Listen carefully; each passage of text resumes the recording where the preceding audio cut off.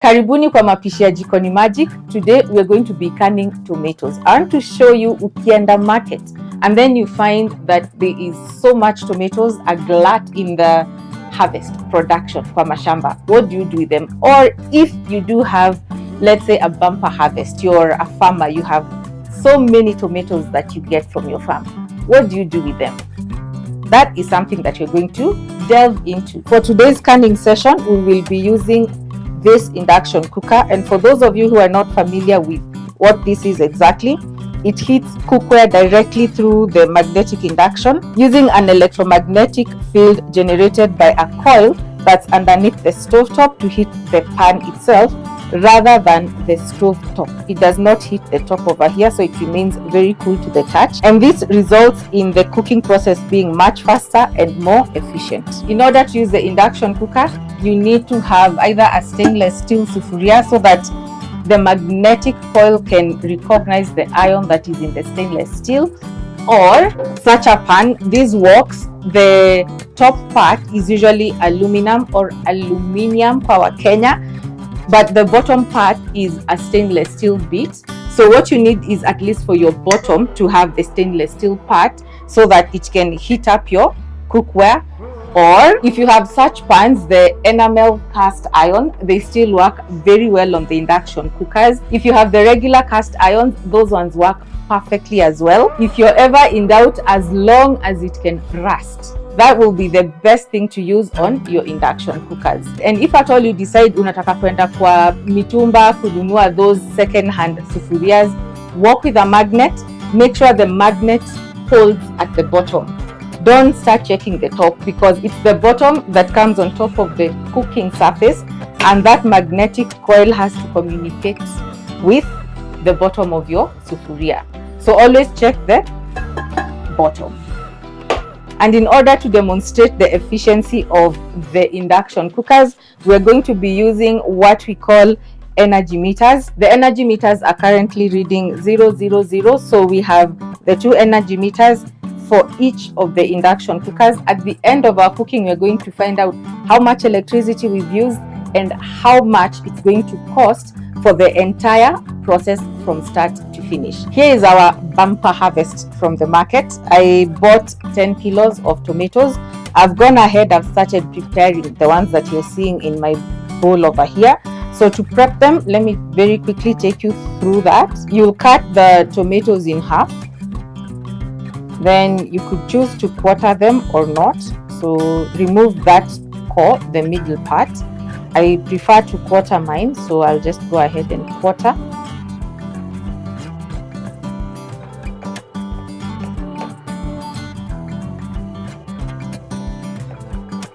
For my canning, I usually use these glass jars. You can buy them from town. For those of you who live in Nairobi, when you go to CBDs or Pandeza River Road, down those sides, they usually go for 60, 80 bob. I don't know how much they are right now. So this is 280 ml. You can get smaller ones, you can get bigger ones, totally up to you and what your needs are. What you should know is this: these rings that are here, when you look at them, they are not continuous. When you look, you see this one begins, it comes and ends there. This other one as well, it begins, comes and ends there. So there are usually 3 rings. When you pick these containers, make sure that the rings are 3. They are not continuous. The lids also have these parts over here that lock and hold on to this part. So once umefunga hivi and the thing seals itself, it's very hard for the lid to come out. Okay. And the other thing that you should also be on the lookout for, when you press over here, it should go in and out, in and out. That is when you know that you have the proper canning jars. If you cannot afford to buy these jars outright, then the other thing that you can do is you start purchasing maybe your jam, your maybe honey, whatever it is you purchase. Make sure that you purchase these kinds of jars, because the food that is in here has been preserved under very high heat. So when you also come to can your things, the jars can be able to withstand that very high amount of heat. if you go for any other jars, be assured they are going to crack on you. So usifanye hivyo, usifanye shortcuts. Now let's get on to sterilizing our jars, because if you do not sterilize them, you're going to end up with growth happening inside your tomatoes. One thing you should avoid is having the glass jars come into direct contact with the sufuria like this. So you have a few options. You could either decide to use a steaming rack and place your jars like that. The problem with this is they get so elevated and it becomes taller than the if you have a deeper sufuria, then that would not be a problem for you. However, for me, that is a limitation. To overcome this, what I usually do, naeka kitambaa like that, and then I arrange the bottles.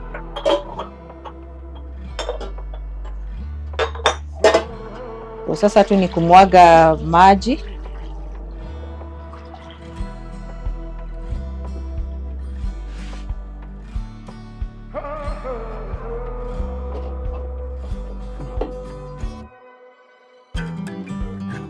Once all your jars are submerged, put your lids as well so that they sterilize at the same time. We'll turn on the induction cooker or hob and we'll use the boil water function. We will go to the highest that it can go, which is boil 3 or B3. That will take a very short time, bearing that we are going to be doing the sterilization in batches. So I'm going to cover this. Remember, efficiency when cooking. And simultaneously, I am going to now start on the tomatoes. Tomato. So tutaanza na hii. I'm going to add them in here.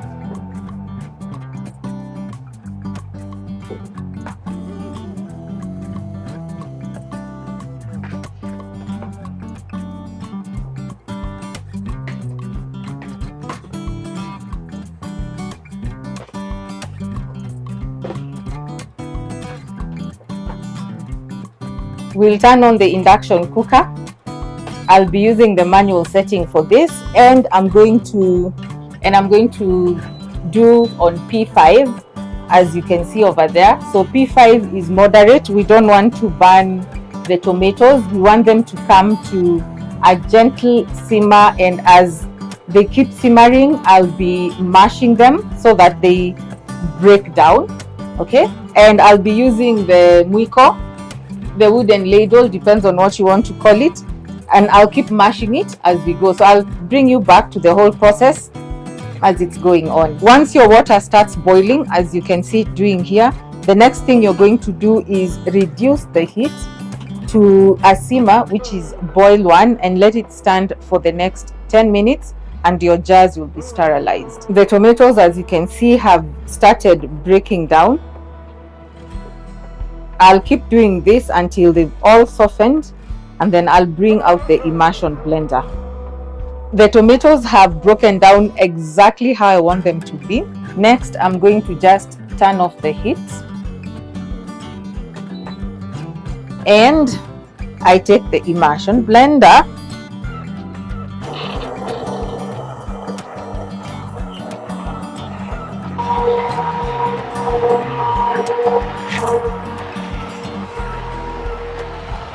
Once I finish with the immersion blender, I turn the induction cooker back on. I let the tomato puree simmer for about 10 minutes. That will help in elimination of all the air bubbles that have formed inside here, so that when I can the tomatoes, there will be no separation once all the tomatoes have cooled down. Now that our two components are done, the tomatoes, the jars, let's bring the two things together. So let me uncover this. And it's very important to have your glass jars being hot together with the tomatoes, because if you end up putting the hot tomatoes in cold jars, then ping kanavunjika. So now we pull out this. I'll start with the whatever is near me.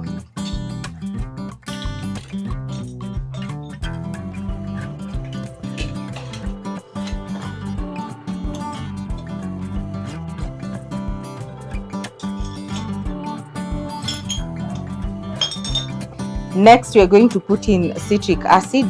There is a pH that has to be maintained. Acidity matters when you are canning, because when it's low enough, it will stop the growth of Clostridium botulinum, and that's a bacteria that can be quite deadly. The quantities I've put is 1/8 of a teaspoon. I like using a funnel. If you don't have a funnel, it's all good. Try and aim nicely in the center so that it doesn't splash on the neck of the bottle.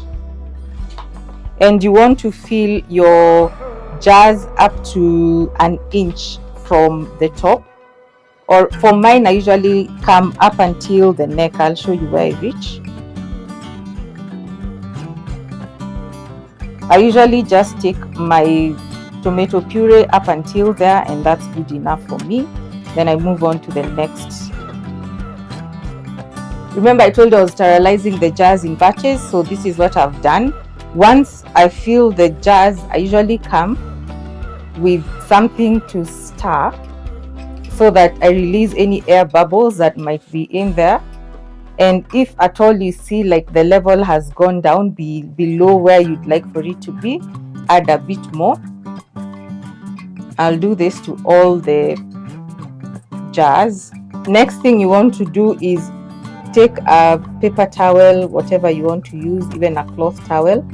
Wipe the neck of the bottle.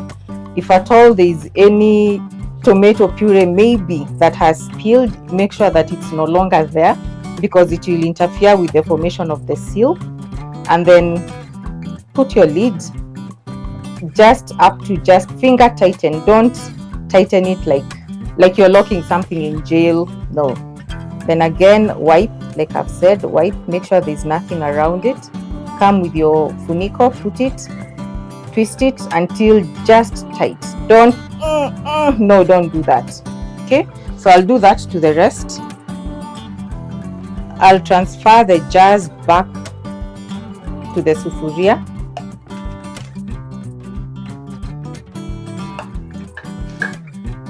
And this is our last bowl or jar. So it goes in there, perfect, and cover. The next thing that I'm going to do is turn this on again. This time I won't put it on a very high boiling rate, simply because once it comes up to a boil, it will start wanting to kumwagika. Once it comes up to a boil, I'm going to reduce it to a gentle simmer, and it will do that for 30 minutes, and then I'm going to turn it off. Let it sit for 5 minutes while it is cooling down gently, and then I'm going to remove and place them on this kitamba over here. Now there's some more tomatoes that remained over here, so these ones I'm going to also put them in jars. As you can see, there are some behind there. Those ones will still be processed, and I'm going to make more of the canned tomatoes. So I'll see you soon once I'm done over here. It's been more than 5 minutes since this went off, and the water has cooled down sufficiently, meaning that tukitoa hizi jars from here, they will not, the change in temperature, they are not going to suddenly experience that and end up breaking. So let me remove this.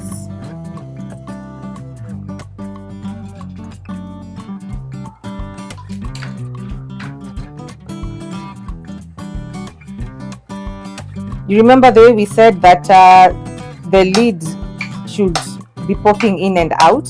If your seal has not formed properly, then you will know by your lid going like that. However, there are some that have already started sealing, like this one. When you look at it, it's already popped inside.